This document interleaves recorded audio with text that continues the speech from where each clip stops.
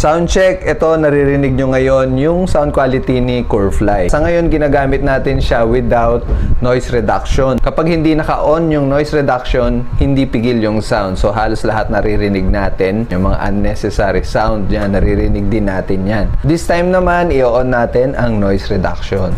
Pipindutin lang natin yan dito sa gilid. So ayan, makikita nyo na nag-on yung ilaw dito sa may bandang left.